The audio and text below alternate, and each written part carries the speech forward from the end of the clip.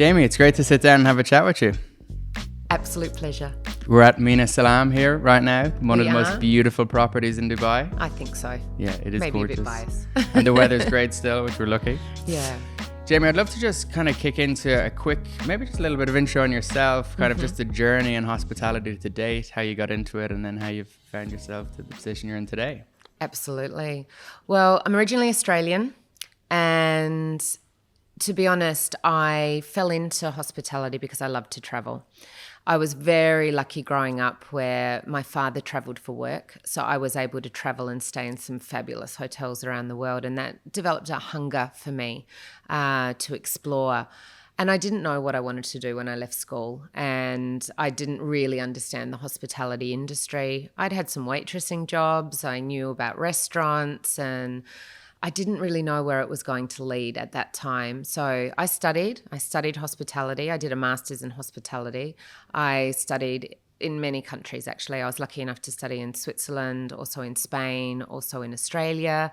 And as soon as I got the study out of the way, I was ready to climb the corporate ladder. So I've had a diverse career. I'm an operations person, which is unusual, I think, as well. I haven't done the marketing side, haven't done the HR side as a specialty, but I've worked through all of F&B and all of rooms and all of operations, all a hard slog. And but that's what got me to this spot, is being able to diversify in both of these roles. It's mostly about leadership. And I've been lucky enough where I've worked across Asia, and I came to the Middle East, and actually this is the place I've lived the longest, and I never expected it, but it's such a special place to be. And, you know, if I look back through the pandemic and how Dubai's handled it and where we sit today commercially as a city, it's amazing. And to be on this beachfront in Mina, you know, there's nowhere else I would rather be. And with Shimmers now, you're obviously my best friend. Yes. But can you give us like just the last maybe 2 or 3 roles and then where you are today, just so people have context? Absolutely. So I was, when I came to the Middle East, that's probably a good spot to start. I actually joined IHG. So I worked in Festival City and I worked in operations and moved to Oman as general manager there. Small team, small property, and great opportunity. And I really wanted to come back into luxury. And I was lucky enough to join Jumeirah. So I came back to Dubai from Oman, and I moved to Jumeirah Beach Hotel. And there I was the hotel manager, and fantastic team, big engine for this beachfront, and something that I could really sink my teeth into. So then the pandemic came. So I was in a position working there where we closed the property, and then we reopened the property. So that was a huge journey. And Mina A'Salam was closed and needed to reopen. So I was lucky enough to be able to come across and do that for this beautiful, I call her my grand lady.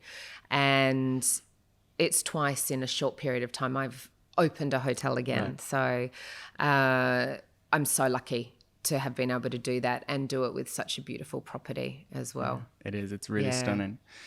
You are, well, actually, in our last episode here, someone said that you were their inspiration and hero. You can guess who that is. I love her. She's amazing.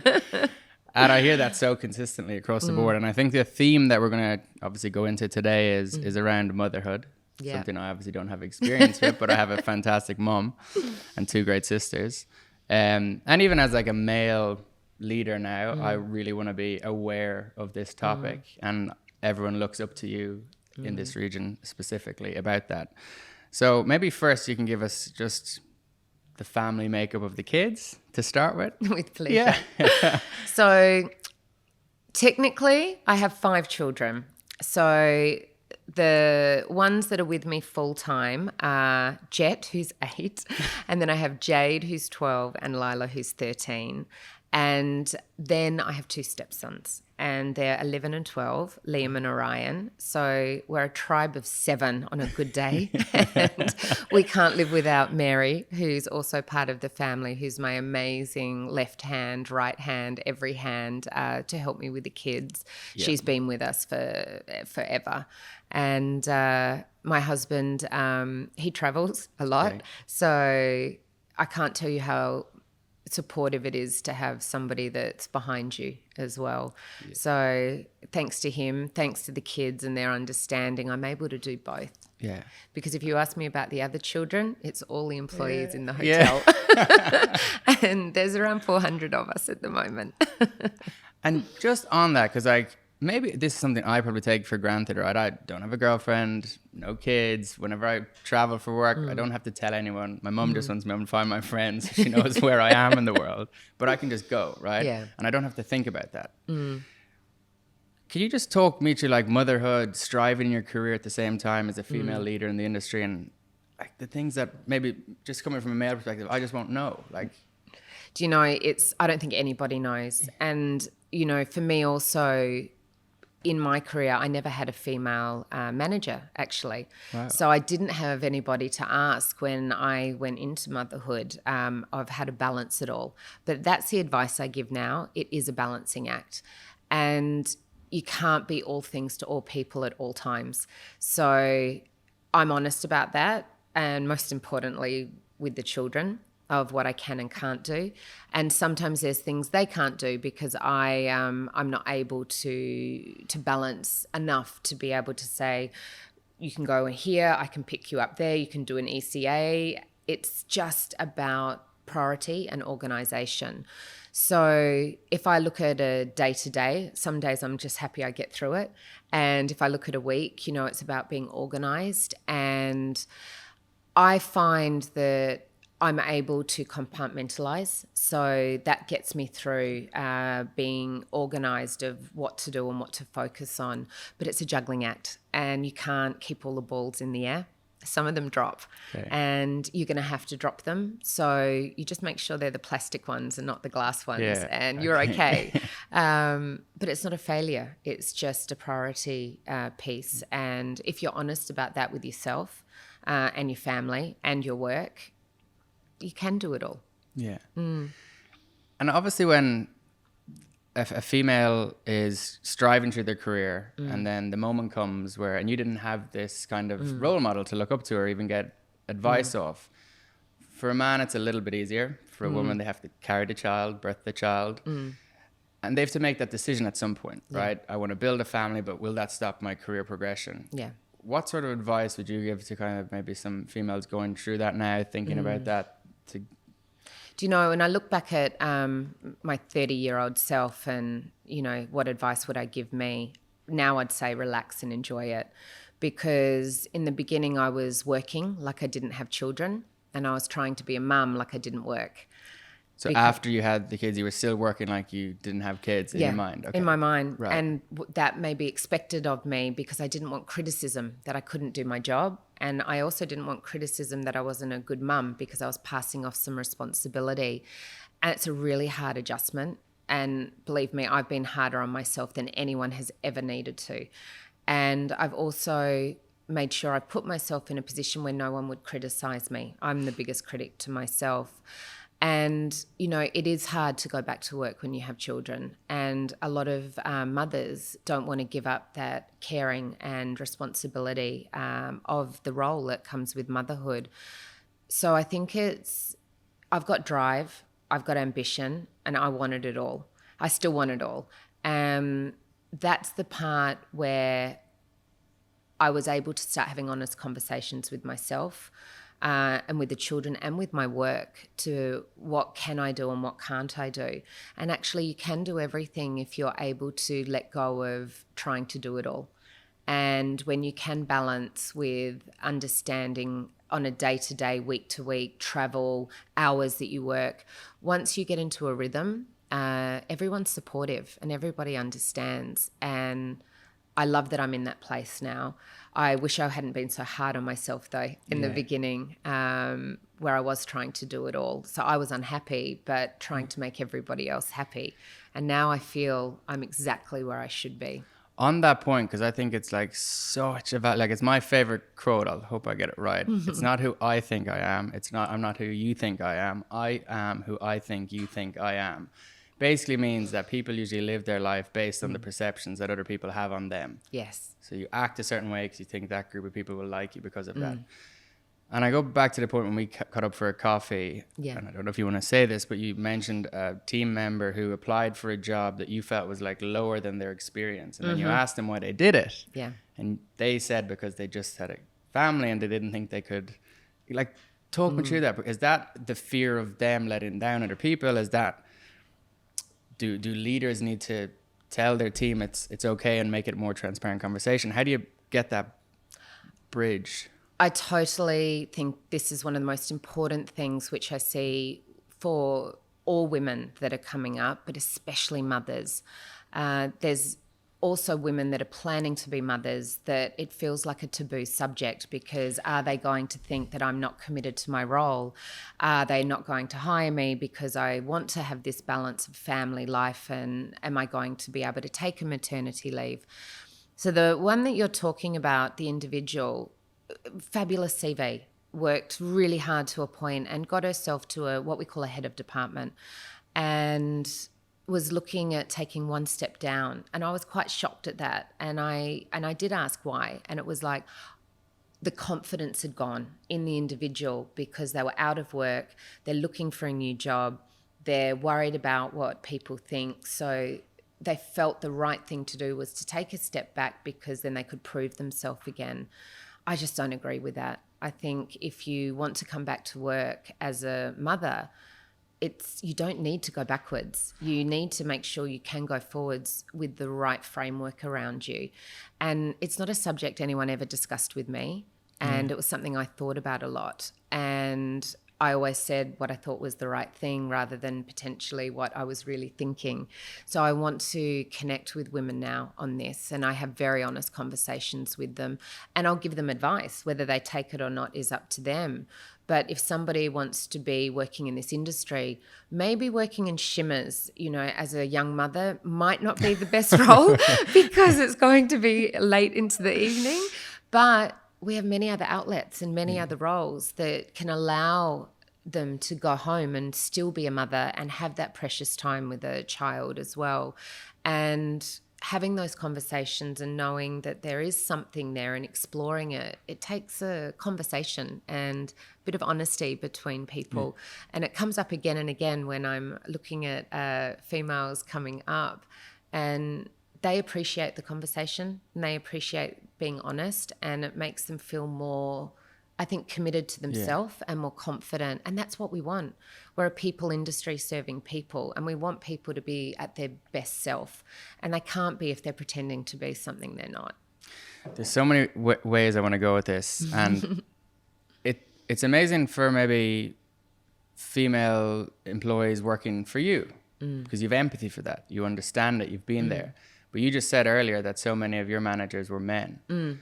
And like, I don't want to say men are not nice people, but do you think that it's up to them to have more empathy, to learn about the topic a little bit more, to understand that maybe their female team members don't have the courage or confidence to say that after they have a child, and it's up to them to bridge the gap? Like, how do you do it? Because if you're looking at the stats, most of the managers over here and in many places are men. So it's great coming from you, but this is one conversation. How do you fix it, broadly speaking, across the industry? Do you know, that's really hard to answer because it depends on the industry and the role. But when you're looking at hospitality, generally there's more female leaders now. But as when I was growing up in the industry, there wasn't. And I hid this conversation. I was there. Don't ask me about that. I'm committed. I can do this. I'm going all the way. And I didn't need to talk to anyone, but it impacted me, not anybody else. So if there's advice, I think now a lot of companies have gender equality. Okay. We talk about unconscious bias. We have programs to mentor, and we're raising women to be in more leadership roles. We need to see them in more C-suite roles, but that's progressive. But I think male managers are more self-aware now. Yeah. And I think that's because there are more women in the industry. And so they have to change and they have to take into consideration. I remember at one point in my career, I had a boss that was going to give me a promotion, but was very honest in saying, you're really good where you are. My expectations are this. And with a family, I don't know if you can do that because I've never seen that happen before. And that to me was, give me the challenge and I'll prove you wrong. And I did. And what I got from that was changing someone else's perspective. I knew what I was doing and what I was capable of. And he was the first one to turn around and go, I don't know how you do it. I don't know. And it's amazing. And like, hats off. I can't do what you do. And but at least he was transparent and saying it to you. He brought the topic up, where if that was another person, maybe that never would have been broached and you never would have got it. And you might have thought why you didn't get it, but maybe. But then that's part of who you work for is really important. And I've always been conscious of wanting to develop myself. And when you're in this industry, we can do our job in we've got a lot of options. But for me, it's always been important, the company I work for and also the person I report to. Because if there's not that synergy there, I call it like a marriage, it's going to end in divorce otherwise. So I've been really lucky, and I've got more confident as time has gone on, because in the beginning when I would get a promotion or a job, I was just thankful, like, thank you for picking me, which is, gender inherent in females, I think, where we go, oh, I'm so thankful for this, rather than, of course, I've got this. So I look at that now, and my confidence grew over time. So when I say I'm exactly where I am, I'm so happy to be here. And now I get the opportunity to still today be able to show people that you can do it. And I love that I have the support network in my leadership team that they understand and they're supportive. I really want to go into those misconceptions, but it's something, even I love psychology, and I was just looking at like one of the traits that females have, which is agreeableness. So females are more agreeable than men usually, but agreeableness doesn't usually work well for career progression. So usually actually disagree with people who do quite well. I don't know if you have that streak in you. I certainly do.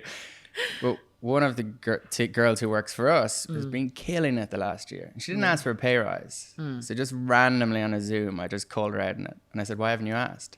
And then I explained the personality trait that she should have asked for, because more men will ask. And if they don't get it, they'll disagree, and they'll get the pay rise. It's actually one of the main reasons there's a pay gap, not just because it's men and women. It's actually the characteristic, but the wider public doesn't like to speak about all the stats.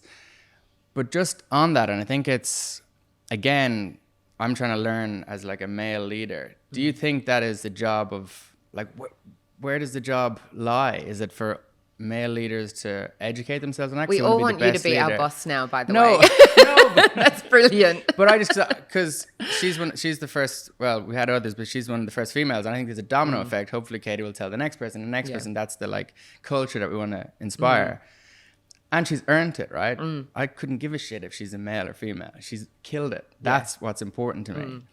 But yeah, I grew up with a great mom and two sisters. I didn't have a brother, so I was like around women a lot. So like I love them. But is it our job? Is it the industry's job? And I know you just said there is great initiatives going on. And I'm going to counter that and then let you answer. Even though I know I'm inherently a nice person, I sometimes get nervous, or my tonality drops when I say a word about a topic because of cancel culture and this era we live in. Not allowing the conversation to flourish, I think, is the most dangerous thing, because people are petrified about saying the wrong word or adjective or description. I think that's dangerous. Yeah. We need it, like, bring the conversation up and educate more people, is my opinion. Hence this chat. Totally agree. And look, when you talk about pay, and there is a gap, and we all know this, it's inherent. And, actually I can hear my husband in my ear, because he is the one that says to me when I was moving for jobs is be confident and ask. And because a male they wouldn't even think about it, but I do. And is that female? Is that confidence? Is that I want to prove myself? What's fair? And when I said before, sometimes I get a job and a promotion and I just be like, thank you so much. And my male staff won't do that with me. They'll be thankful to have it, but it's like, where is the line? Because they're the provider for the family, and they look at their pay structure as a right. Whereas my own experience, I haven't been strong in that in the past, and I know that now, and I'm self-aware of it. So I look at people coming up and into the industry, and we do talk about pay brackets and what's fair to industry and where skills lie and where they sit in a medium point. And it is a tricky topic. Yeah. And I think unconsciously women are afraid to have those conversations and push that agenda. And that's a gender issue. But that characteristic trait then is great for leadership because they're far more empathetic to the team, like at one extreme. So it's like it's a difficult thing. And I think women as leaders, we do have a lot of emotional intelligence. Yeah. So, and that's what's great, especially when you're in a people industry and you're growing people into their careers. And we do manage differently because of that. Well, the stats show like most of the profitable companies, I'm in the tech world, come from distribution where there is more females than men, or like in terms of the average. Yeah. Like I hate our company right now to some extent because we're so heavily engineering focused. Like it's like we've, 20 odd people and 85% are engineers and STEM fields are like mostly males. Like we even hired a female recruitment company to get engineers in, and we just couldn't because Google, Facebook were paying them over and above the odds just to get more females into the team. So I'm really excited when we build out the business team because then we can get there. But the stats show that when you have a more diverse company, the profits actually rise, the revenue goes up. So you actually have a fiduciary responsibility to have a more diverse team because the results are proven that it works better. Yeah. So, but you touched on it a few times, and I wanted to get back to it, which is misconceptions of female leaders. Because let's be honest, like just generically speaking, sometimes if there is a more disagreeable female, they can be seen as bossy and other words are thrown around. Yeah. And that's maybe a misconception, right? Because it's a myth. It's true. Yeah. It's if there is a male that's giving a direct instruction aggressively, that's seen as power. But if a female does it, it's seen as a brash and emotional. Why? This is the gender bias issue we live with. And that comes from childhood, from movies, from I think it's what? unconscious. And I think this is that part where being self-aware of it and having these conversations is also important for a wider audience to understand what it is like to be a female leader, that we think about these things. Yeah. And I think there are more men that understand that as well. And if you look at the operation of moving up into a role, okay, I can be strict, but I'm fair, I'm firm. Do I raise my voice? No. But that's my style. Have I had leaders in the past that have been more vocal? Yes. Did I like the style? It depends on the personality. But we live with all of these images and feelings. And I do find that there's so many myths about women in leadership, and we've got to break them down one by one. It's the glass ceiling and it's cracking, but we've got a long way to go still. But I'm even trying to like compartmentalize it, because is it like it's the male unconscious bias that has the perspective on females. So that's what we're talking about here. Is it like I love my grandmother, we're like best friends, right? My mum, 2 sisters. And I just like, it doesn't come into my head. I can't understand why there's a difference. I love women. I think they're amazing in work, right? I got on better with my female teachers. I listen to them more. Like, is it childhood? Is it like, what is it? Do you know what? There's no answer. Yeah. Everything's different. But what I do see is, we're self-aware about, this piece, but at the same time, you look back to all your experiences as you grow. And I never, ever, ever would accept someone putting me into a role because I'm a woman. I just can't stand that thought that I'm a token. Because do you think that's happening now in society to get more balance? Like, let's just talk, they get a black person in, you see it in the adverts now. They get a female in. Do you think that is the right thing to do? Do you think are you devaluing their actual talent and their hard work by? Not if there's a framework behind it. Okay. And as long as there's a framework, but I do worry about it. I don't want to be there because I am a woman. I want to be there because I'm good at what I do. And I grew up agnostic to gender inequality issues. I was like, what? Yeah. It wasn't a part of my fabric. It wasn't the way I was raised. I was taught to work hard and get results, and that's what will drive you, and that's what will get you where you want to go. And that's how I live. So it's society around me that has all of these thoughts and questions, and I never want to be closeted in that box, and it worries me if I do. And I think that's probably why I'm more vocal about talking about the motherhood side, because I believe that is an issue, because that's not talked about and that's not considered as much as it should be or could be. And it's hard, that element. I don't worry about being female. I worry about the motherhood, and I worry about people coming in behind me having the same issues. A question? How many, and there's a reason I'm asking it, on a monthly basis in the industry, how many male colleagues or leaders would you have these conversations with compared to talking in silos with your female colleagues? I think it's not daily. a trick question. It's not like, no, I'm just thinking, how do I would never sit down and have this and maybe talk. I'll give you the reason I asked first. I used to work between the Irish Embassy in London and the British Embassy in Dublin pre-Brexit, and a lot of the Irish companies in London were construction companies. And I remember we were at this kind of conferencey board setup, and the topic was how to get more young people into construction as well as females. Yeah. And the panel was 10 grey-haired 60, 70, 80-year-old men. And I asked the questions bluntly. I said, it's quite ironic. We're trying to get more young people in and females, and the people discussing it are 10 grey-haired old men. Does anyone see the disconnect? Like, obviously a sly dig, but just calling it out what it was. The reason I asked this is like, we're having a chat. Great.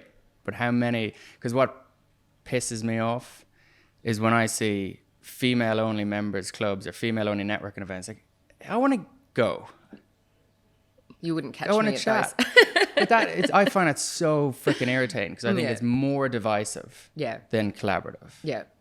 But do you know, that's interesting you say that, because one thing I struggled with, which is just going slightly off topic, but is when I had the children and they were young, you know, there's great networking for young mothers to have coffee groups and coffee mornings, and it's a bonding area. But I was out of touch with everybody at those groups because they were 100% caring for their children, and I was leaving to go back to work. So I felt that I was the odd one out. So I struggled in those environments because I wasn't able to. Did you feel like they were judging you as a mother? Yes, I do, because people either can go back to work or they can't, and they do judge if you're not able to give 100% of your time to your child. Yeah. And their choice is 100% time. But what's right is individual. But I am a minority because I did go back to work, and in the environments I was living in, that was considered abnormal. And I would get anxious to go to a coffee morning, but I wanted to connect and go, you know, this stage of the child's life, we're doing this, how do you do that? Get some advice. And those events for me were stressful. So I find now where I get the most of my advice is from my girlfriends that are like-minded. They're women that have also worked, and I don't see them often enough because we're all too busy, but they've done it too. And they forgive me and I forgive them that it might take us 8 weeks to be able to connect and go out and have a social time together. But we always get back there, and it's exactly like we were together yesterday, and I appreciate that sort of support. But if you're asking me on a day-to-day basis, having this conversation, no, it's not something that I do day-to-day. But what do I do? I'm very vocal. We could be sitting here now and I have to check my phone because maybe one of the kids has called and they need a pickup or a Kareem, or I've got to send the nanny somewhere, or something needs to happen. Everybody knows my business because I will interrupt a conversation and say, I'm sorry, I need to take this because it's important. So I think unconsciously, in a way, they ride my wave, my day, my conflicting schedule to bring it all together. So they're all aware what's going on. Whoever's in my office at that time, that's something I'm dealing with. And if I need to leave work, I need to leave work. That's just that's my hard line. Because actually, you said about feeling like a minority. I don't know if you watched the movie The Intern with Anne Hathaway and Robert De Niro, when she runs the big company and she goes to pick up the kid and everyone's looking at her and judging her because she's powerful, successful, female business icon, yet is a mum. Yeah. I I often love think that about image, that. though. Yeah. I love that image. Yeah. It's like the power woman with the baby on the hip and Yeah. doing it Listen, all. from a guy's perspective, guys find that more attractive and powerful. So I'm a big fan of that movie. But we talked obviously a lot about like individual stuff, but this all comes under, to some extent, a corporate umbrella eventually, right? Maybe you can have a quick few words on, you know, the experiences you've had, maybe the good experience you've had, how you felt the company you're working for maybe today or previously has helped push forward the conversation. Absolutely. I mean, if I look at where I am today, I'm working in a company that truly believes in growing female leadership, and I'm a result of it. And I've even heard some of the women that are coming up have been told my story, and that's an inspiration to them. And that's embodiment of working for a, you know, corporate culture that believes in it, not just Jumeirah Group, but also Dubai Holding.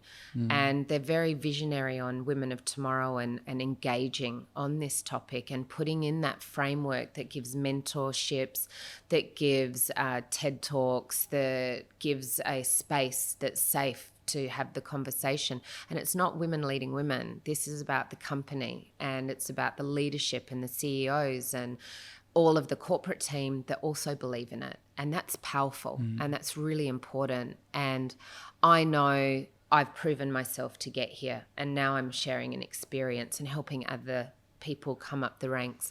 But it's not just about women. It's also about men, you know. It's about individuals growing into roles and coming into my role. And, you know, that's the thing that makes me the proudest in what I do. I'm very people orientated, and my proudest moments are when I see people grow and move into the next role, and knowing that I had a little bit of part of the journey and giving them some advice and giving them direction. And if you don't work in a company that's supportive of that and able to give balance as well through the people that they hire that are like-minded, it's not going to work out. And I've been very lucky with the people that I've worked with and the companies I've worked for, that here I am. Yeah. And I wouldn't have done it if they were not the right companies with the right support frameworks. Yeah. It's great to hear. Listen, Jumeirah tend to lead on everything, don't they? Oh, you know, we're so lucky, so visionary. And and then we're situated in Dubai, which is visionary. And I'm so lucky every day with what I do. I look out at that beachfront and think it's incredible. You kind of touched, I suppose, the word representation, like having that role model. I, you know, probably as a male, take it for granted, right? A white male, I grew up and anything I wanted to be, I saw it, right? And like all my heroes, I used to read like Richard Branson and Michael O'Leary and Chuck Feeney, all of these books and biographies on business people. So for me, it was always achievable, right? Because I could see it. And I have no perspective, because I always say don't like judge someone unless you've walked in their shoes, no matter who they are, because you really don't know. Like, just shut up. You don't, you've not walked. You don't know what's going on in their life. And I always say it. It's just like, I hate when people like comment on people without knowing them or judge them. And, but like, to reverse that, I have no idea what it feels like to grow up as a young female and want to be something in your head, but not see it anywhere. So you say like it's also the male role models, but I think that's not the point here. The point is like, it probably has to be someone who looks like you physically. Like, we are social animals as well, so we look for our tribes. Look at Netflix. Like, they use algorithms where if you're a black person scrolling through Netflix, they'll take an image of the black person for the cover of that movie, whereas if I'm looking at it, might be the white person if it's a female. You said they use algorithms to match people that look like you. There's a reason they do it, because the click-through rate's better. So representation clearly is important, because you need to see it. Like, you said when you were younger, you didn't see it that much. Is it truly important? Do you know, it comes back to, I don't want to be picked for being a female. You know? But I'm not saying that, right? Because you've made it up to the ranks. Everyone, like, I've never heard a word that does not respect you, because you're an amazing person. You're hardworking, grafted, did the hard work. You said you did ops. Like, I remember doing room service and weddings, and oh my God. And you know in yourself you've done it, because you wouldn't feel like, you'd probably feel in yourself if you were used as an example and you didn't really feel you know you have, right? Yeah. So I'm comfortable in my skin. Yeah.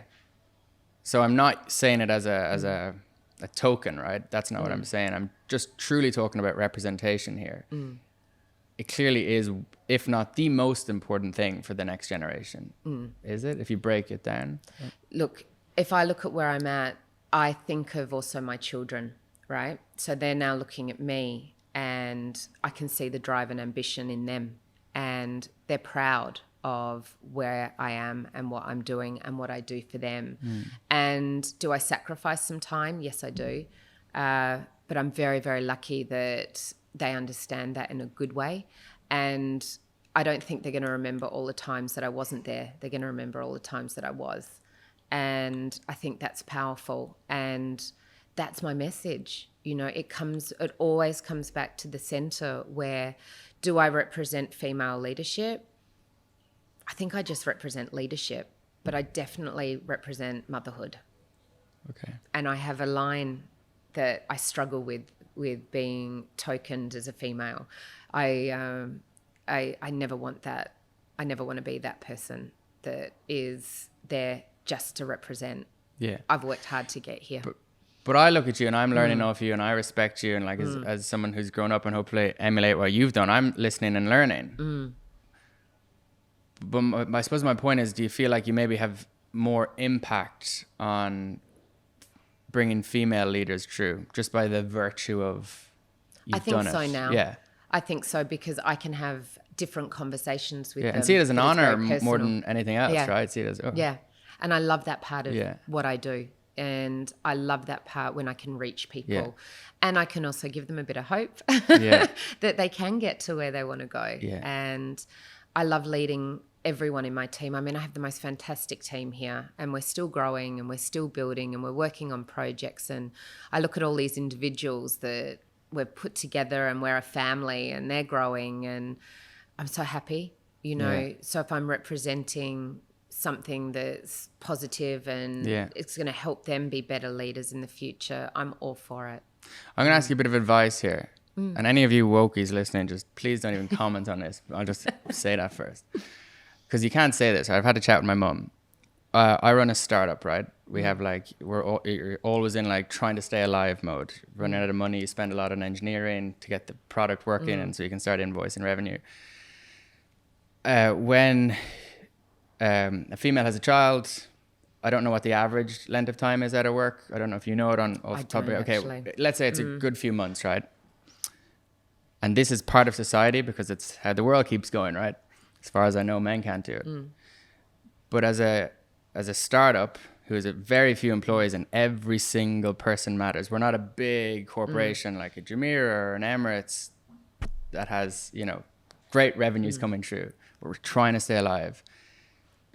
When I'm making an employment decision, and let's say I know someone who is either pregnant, is married, is looking at that, those months could be the difference between our company surviving that has 20 other families to feed wages. How do I, as a young leader, want to support women having children, but then I have this business side of me. It's like, oh my God, 6 months out, how do we afford that? How do we pay for that loss of productivity? Like as a very young company I'm talking about. Yep. Just advice I'm asking. Totally hear you. Do you know what? It's about playing the long game, and you have that conversation with the person. Okay. Because they'll be honest with you. I've never heard anybody that's, if they're asked the direct question about starting a family, hours they want to work, commitment they want to have, do they see themselves coming back to work? They'll be honest. Okay. And there's a role for them. They also don't want to be in the role where they're worried every day about leaving work and then when they need to come back and letting the company down. Human souls are good people, but it's a hard conversation to have. And it is. People are thinking those things. But the long game's worth it.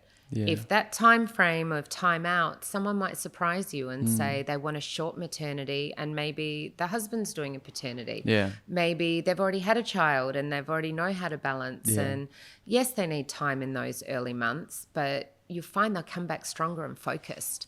And it's not, it shouldn't be seen as a negative quality.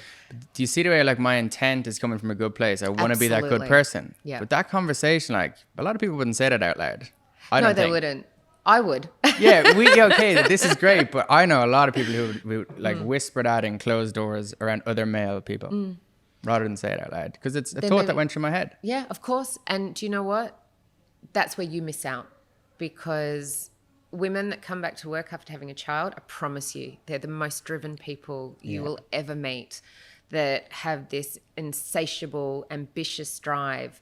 And good on them, because they can do it. And they probably can do more than another 3 people because they've spent their time getting to that point and wanting to prove to you that they can do it. And they're the most driven individuals, I think, in the industry. And I also think, like, I just think it's psychology again. If you respect people and you like you support them through the process, they want to be more loyal to you. Absolutely. You're going to get more work out of them. Like, again, if you're thinking about it from like a business perspective, just being a nicer person, you'll get it back tenfold. Totally. We've jammed a lot here. We have. I've loved it. But I want to kind of just finish on you, your career. Maybe you could talk, and it's like been an incredible one, and I love listening to other people talk about you. But could you tell us, maybe start with maybe one of the biggest challenges that you had in your career and how you overcame it, and then finish with maybe 1 or 2 things that you're super proud of that you've done, and then maybe what's the next couple of years ahead that you have looking at it, just from a pure selfish you career perspective. Do you know, when I look at challenges, there's so many, and they change depending on your skill, your emotional state, your environment you work in. Some days I'm just happy to get through the day. And if I just look at being here during the pandemic, it's been challenging, and challenging for everybody. Everybody's got a book about their experience. And you look at the effects it had on lockdowns and the children and homeschooling and socializing, and I'm so happy that I've stayed through this experience, and I've stayed here in Dubai, and we've reopened. So if you look at challenge and proud, I've had it over and over again in the last 2 years. If I look at today, I'm so proud this hotel is open. I'm so proud of my team. I'm so proud of where we're heading. I'm so proud to work with Jumeirah and Dubai Holding that are reinvesting in the brand and giving us opportunities to be creative and have new concepts for dining and new design, look and feel. It doesn't end. Every day is something new, and every week is some new project. I'm balanced right now, where it's exhausting at the same time because there's so much going on and there's so many people to look after. But I love it, and I don't want to be anywhere else right now. And as for the future, well, you'll have to wait and see.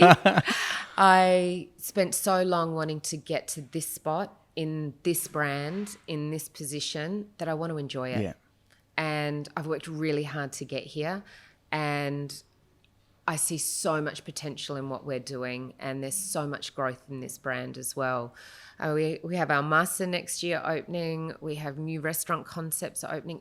It's honestly an amazing time to be doing what I do every day, and I'm exactly where I want to be. Amazing. Listen, I've absolutely loved this. You're actually one of my favorite people. Oh, bless you. Thank you so much. You're an inspiration to me. So many others. I've actually loved this. So thank you so much for the time. Thank you.